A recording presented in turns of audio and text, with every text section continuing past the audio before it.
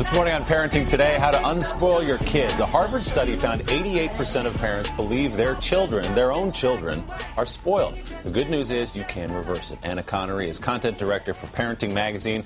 Childcare consultant Deborah Tillman is the star of the Lifetime series America's Super Nanny Family Lockdown. Good morning to you both. Good morning. Let me start with you, Anna. That 88% number. Yeah.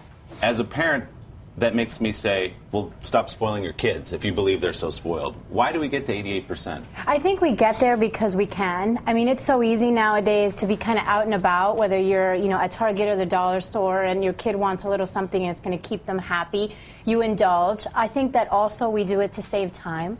We're all rushing around and we live in this crazy busy world.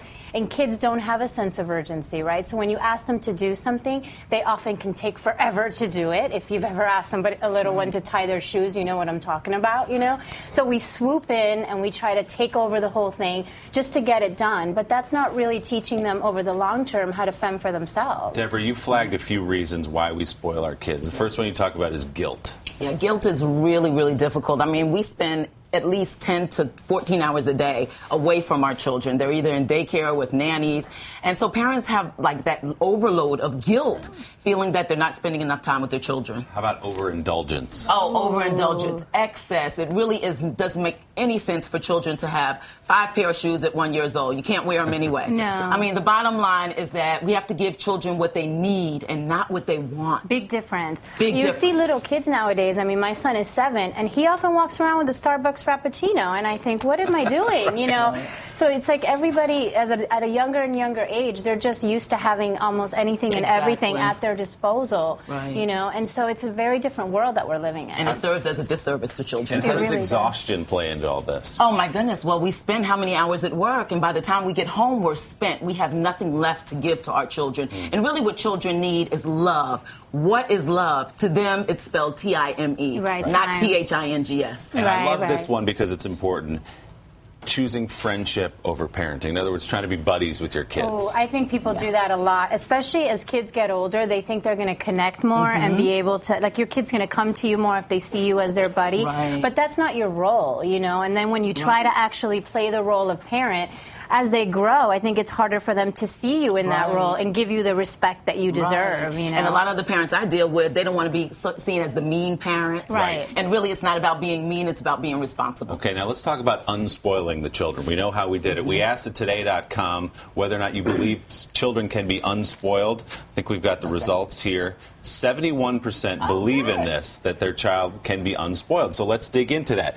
And we're going to start with the category of young kids, up to the age of 8.